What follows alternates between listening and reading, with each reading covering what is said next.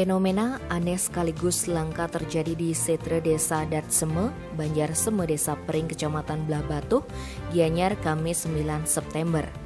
Ribuan burung pipit mati dan bangkainya tertumpuk di bawah sebuah pohon. Video yang merekam peristiwa itu pun viral di media sosial.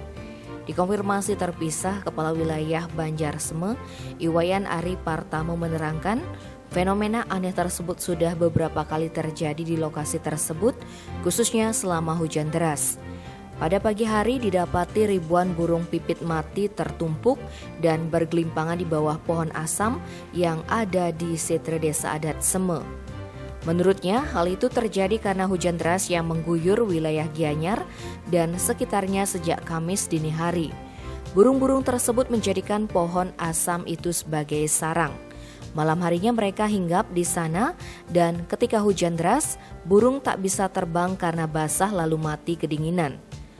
Maka dari itu, dia memastikan jika ribuan burung pipit itu mati bukan karena keracunan atau karena ulah manusia. Selanjutnya bangkai burung tersebut dibersihkan dan dikubur oleh pemuda setempat. Tim Bali Express melaporkan.